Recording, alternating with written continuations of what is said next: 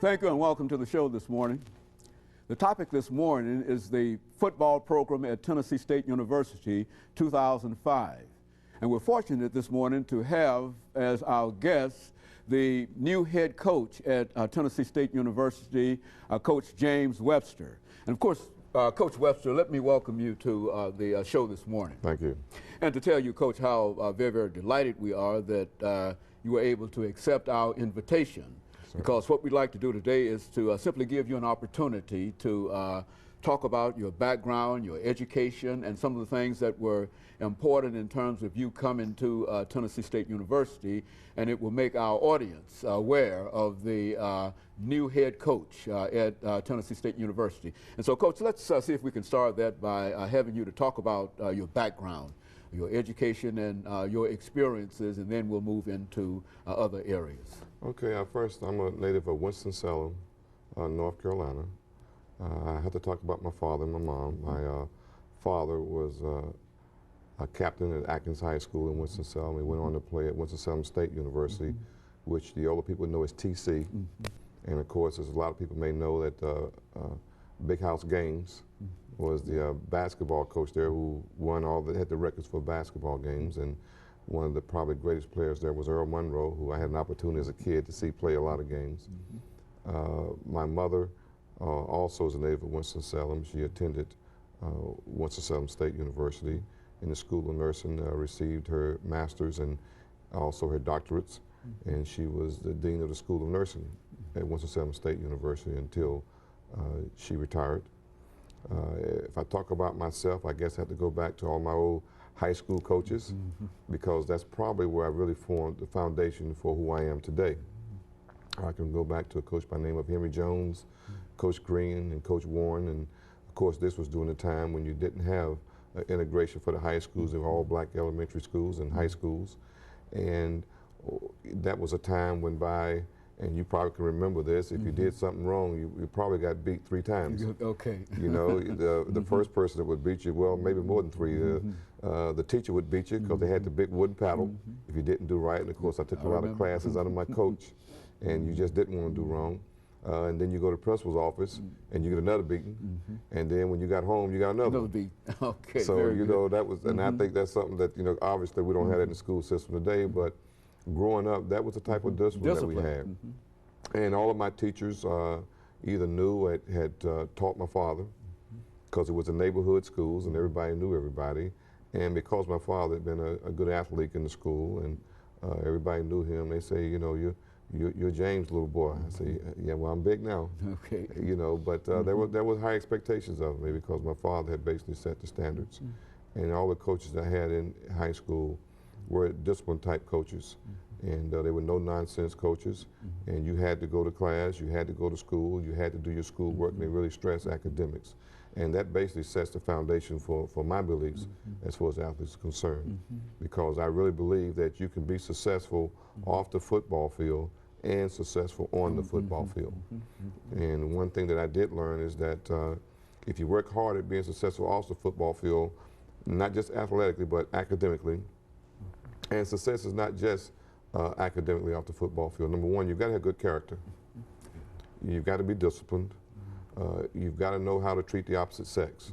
That is one thing that I know anyone in my program will accept in any way is any type of abuse, you know, for someone of the opposite sex. You have to know how to treat people. You have to be respectful to people, regardless. I told my football team in my first meeting that you will respect the people that prepare the food. You will respect the people that clean the buildings, the people that does the painting, whatever. You respect them just like you respect me, just like you respect your parents and the way that you respect the people that work there at Tennessee State University. And that's important to me. You know, talking about coming to Tennessee State University, Coach, and we're going to have a commercial break within the next couple of minutes, but I don't want to get you started now. But let's say a few words over the next couple of minutes about coming to, the next minute or so about coming to Tennessee State University, and then we'll pick up after our commercial break. Well, I guess the first thing I have to say is my excitement. You know, I'm very, very excited to be here at Tennessee State University. As I mentioned earlier, I've had opportunities to be a head coach at other universities. I see opportunities. I didn't really pursue them. I think had I pursued them, that I probably could have been named the head coach. But I really didn't feel that it was the right place for me, because in coaching, you don't want to commit what we call professional suicide. That is, going into a program that's never won. It appears they don't have the opportunity to win, and the people in the program really don't know how to win and don't want to win. Okay, Coach, let's hold it right there, because that's some very important information. We're going to have to take our first commercial break, after which we'll come back and pick it up at that point. And we'll be back with you following this very, very short commercial break. Thank you, and welcome back to the second segment of our show for today. The topic is a profile on the new Tennessee State University head football coach, Coach James Webster. And of course, Coach Webster, before we interrupted you the last segment, we promised that we'd give you an opportunity to talk about coming to Tennessee State University and your impressions of Tennessee State University and how you feel you might be able to operate here at Tennessee State University. Well, I think that in my profession, it's about winning. And I don't think it's all about just winning on the football field, but it's winning off the football field. But in order to win, you have to have, no one person can win alone. I know that I can't come in here and just, hey, because of me, we're going to win. It doesn't work that way. Of course, there are some coaches that believe that they're the reason that they're winning. And after a while, they end up not winning. Okay. But I believe, and I realize that it takes a group of people to win. It takes a whole organization. It takes an administration. And it takes a team in order to be able to win. And one of the things that you have to look at as far as the ingredients that you need is you got to go to the very, very top. You really have to, because the people at the top are the ones that sort of lay down the things, the foundation for winning. And when I came here to visit and had an opportunity to speak with Dr. Hefner and had an opportunity to speak with Ms. Phillips and spoke with a lot of the people that are in support of the athletic program, I had to determine when I was here visiting and from talking with people, are these people sincere about winning? They want to have a winning program. In addition to the fact, do they want to have a winning program, do they want to do it the right way? Okay. I'm not interested in winning the wrong way, because eventually that catches up with you. And I want to come here and build a program. And a lot of times when you go in and say we're going to win, if you do it at all costs, you may win at the start, but eventually those things catch up with you. Next thing you know, you're losing again. I want to build a winning program, meaning that it may take us a little longer to build a program, but once we start winning, the components that it takes for winning, they're in place. And it's a solid ground, you know, and you win consistently. The first thing that I looked for was the support of the administration, and also the knowledge of the administration, and you know what type of support I was going to get. Talking with Ms. Phillips, who I spent most of my time talking to, she's very knowledgeable about what it takes to win. She's the athletic director. She's the athletic director. And I know she hasn't coached football, but the ingredients for winning are still the same, regardless of what sport you're in. I was very impressed with her knowledge of what she felt that the administration needed to do, the things that need to be improved in the football program in order to make us a winning program. The things that she talked about, the things that she mentioned, once I had an opportunity to view and see, get my evaluation of the facilities and different things, we were on the same page. You know, my evaluation of things that I felt like needed to be improved, my evaluation of areas that I thought that we need to get better in, when we sat down and talked, we were on the same page. She had already recognized those areas. That made me feel real good to know that we were on the same page. After I had an opportunity to do that, I did a lot of studying about this administration and about this school before I came in on a visit. I went on the internet, and I'm not a big internet person, but I had some people working with me, and I pulled up all the statistics about this past football team and about this football team. I pulled up statistics as relate to the history of this football program. I went back to Coach Merritt, and I looked at all of the records of the history of this football team. I called the sports information director, asked him for a media guide. And of course, in the media guide, you have all the scores and the records and things in the history of the football program. And the thing that really got my attention is that this football program has been very, very successful in the past. They've won. There have been coaches here that have won big. I think Coach Merritt had, I believe, a couple of undefeated seasons. And that showed me that they knew how to win here. It also showed me they wanted to win here. And anytime you see a history of winning, then that means people know how to win. And I found that there were some people that were disappointed because they were not winning. And you find when people become disappointed, they're not winning, then they say, hey, what do we do to get back on the winning track? So the history of this program shows there have been some excellent football players here. So that means that you do have the facilities to be able to attract good football players. I also looked at where we playing our games at. You're playing here in the stadium, here, the Titan Stadium. This is, as far as a 1AA school is concerned, Tennessee State plays in the largest stadium of all the schools in 1AA. Now, we don't have the attendance maybe that some of the other schools have, but I feel that's one of the things, once we start winning and once the people start identifying with the football program, I really believe we can put a lot of people in the stadium, and we'll do very well without attendance here, in addition to the classics that we will be playing in. And I feel really, really excited about that. Very good. You know, Coach, we'll have a commercial break within the next couple of minutes, too. But you know, when you talk about your philosophy, and you think in terms of the student as an athlete. Let's have you make a couple of statements on that before the end of this period, and then we'll have a third segment. Well, I think one thing in relation to that is that football or any sport, even though we're not in their lives 24 hours a day, 7 days a week, we're still held accountable for what they do as a coach. If a young man goes home for the summer and does something wrong and gets in the paper, that's a negative reflection on our program. It's a negative reflection on the school. And I don't have a lot of rules for our players. And when I had my first meeting with them, what I told them, this is my rule. Number one is, don't do anything to embarrass yourself, to embarrass your family, to embarrass the university, or embarrass this football program. Those are my rules. And it sounds simple, but what it's basically saying is that, you know, act like a gentleman.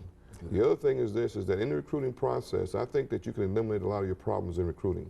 You know, you have to know about this young man, you have to know about his family, you have to know about his background.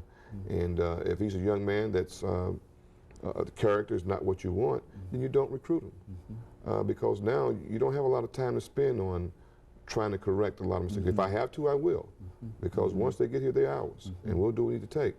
I really believe that success off the football field as a student, as a person, will equal success on the football field. I do believe they can go hand in hand. They should go hand in hand. And when you talk about the 4 goals I set for this football team, the first goal was for every young man that I recruit to graduate, and the ones that are here now, to graduate from Tennessee State University. And the last goal I set was for us to be national champions. So from the first goal of academics to the last goal of winning a national championship. Now in between, we want to be competitive, and we want to win a conference championship. But I really believe that the academic part of it, the character part of it, will carry over to the football field and would enable us to be successful. Very good. And of course, we have about 15 seconds before this commercial break. And this is exactly the kind of information that we've been looking for, because it's it tells what Tennessee State University will be like under your administration. Of course, we'll take this commercial break, and we'll be back following this short commercial break.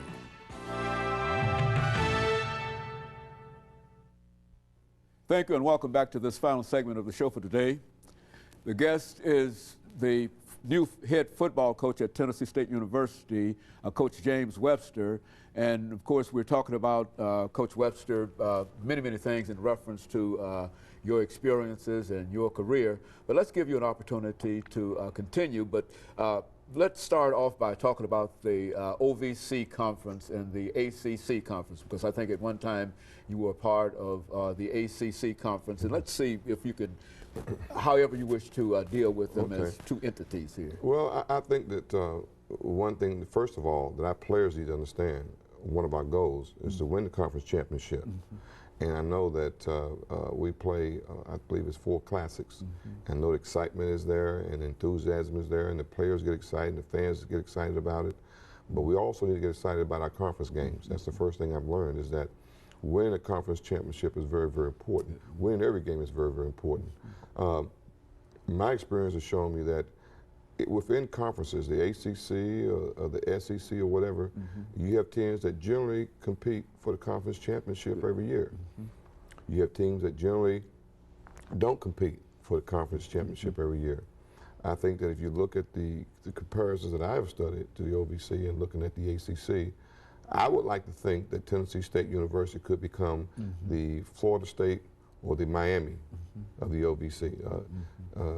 Florida State and Miami, the Virginia Techs are the teams that have recently, of course, Miami and Virginia Tech just recently came into the ACC, but before they did, Florida State basically dominated the ACC. They were the team to beat every year. And when you become the team to beat, what our players are going to have to understand, just like in the ACC and OVC, is that when you play every week a team in your conference, you're going to get their best shot. And our players need to understand that. You can't afford to have an off week. And it's the same thing in every conference you go in. If you're the top dog in that conference, if you're the team that preseason everybody's saying is going to win, then it doesn't matter. You have to understand that even the team that's in last place, when they play you, you are going to get their best shot. They're going to play their best game of the year. You're their rival. You're the team that they got to beat, because they can lose 5 games and beat you because you're supposed to be top dog, and boy, we had a great season. So our players need to understand, first of all, we've got to win and become that top dog. You know, I want to become the top dog in the OVC. I want to be the team that the other teams say, hey, we got to beat them if we want to win the conference championship. And I think that as far as the level of competition, you know, there are a lot of Division I players in the OVC. I've watched tape. You know, we've got some on our football team right here. And there's even though the conference may say OVC or ACC, there's a high level of competition in both leagues. Very good. And of course, when you talk in terms of the ACC, you've had quite a bit of experience in that area. Why don't you talk about some of the things that you've been involved in and some of your own athletic exploits during your earlier career? Well, I played at University of North Carolina. When we came in as freshmen, I think our varsity was 0-10 or 2-8. When we left as seniors, we were ACC champions. So I was part of a program that you came in was not very good and saw what it took to build it. And when I left, we were ACC champions in 1971-72. We played in the Gator Bowl against Georgia. I was voted the most valuable player in the Gator Bowl. My senior year, I won the Frank Porter Graham Award, which is awarded to the top 10 graduating seniors from the University of North Carolina.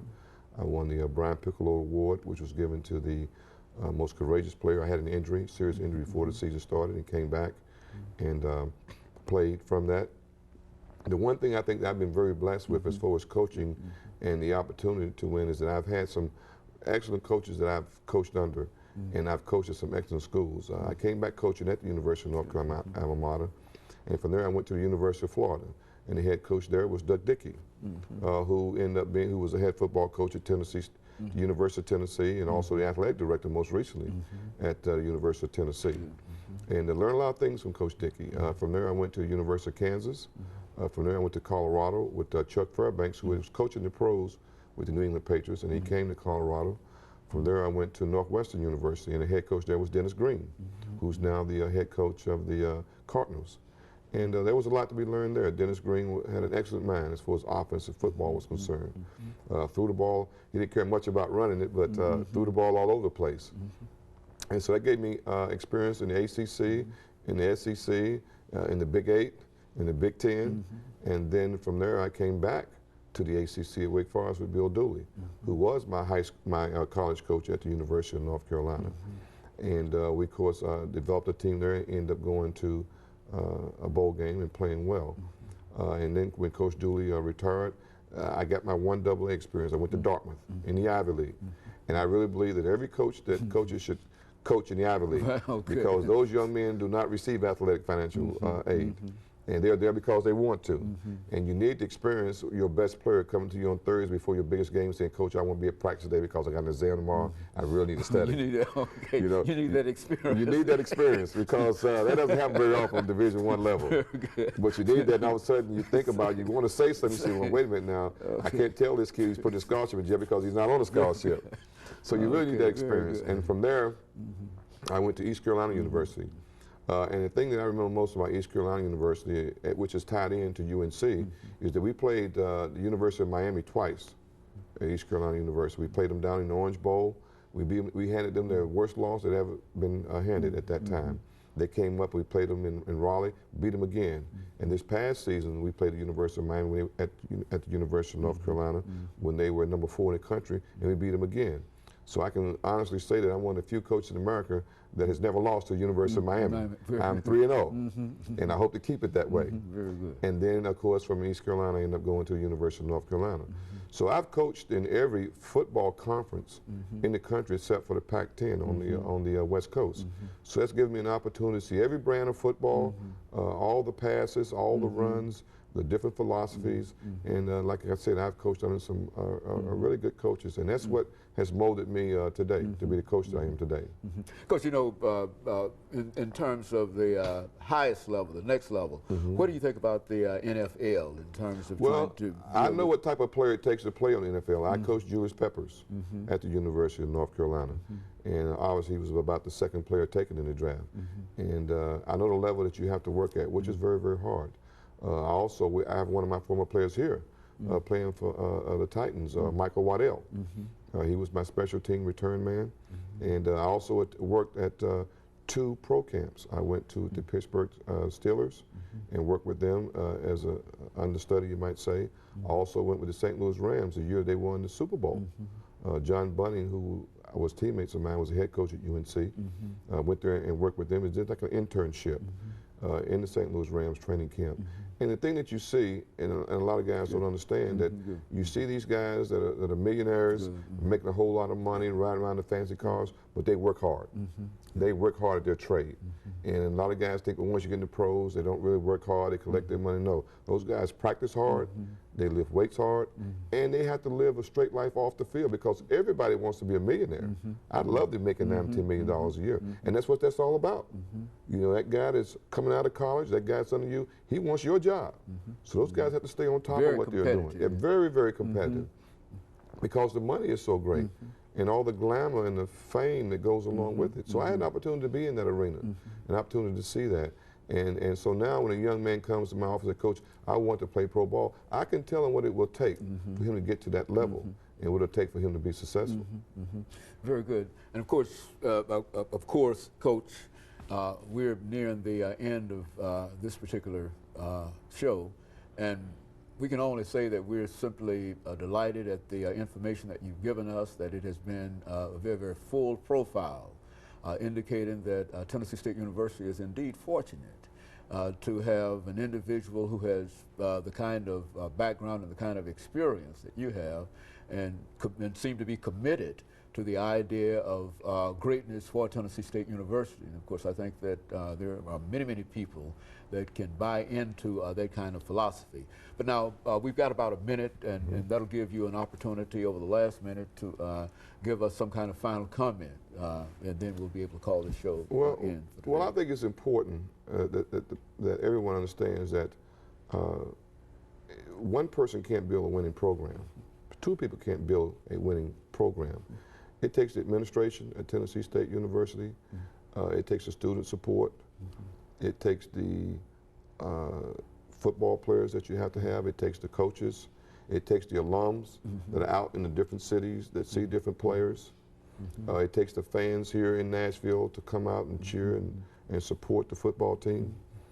It takes dedication on our part to see that we're bringing the right young people into the program. And so my point is that it takes everybody and a lot of people to contribute to the success of a program. Very good. And of course, let me thank you for giving us that excellent information. And let me encourage our audience to tune in again next week for another informative edition of Comments. Thank you and good morning.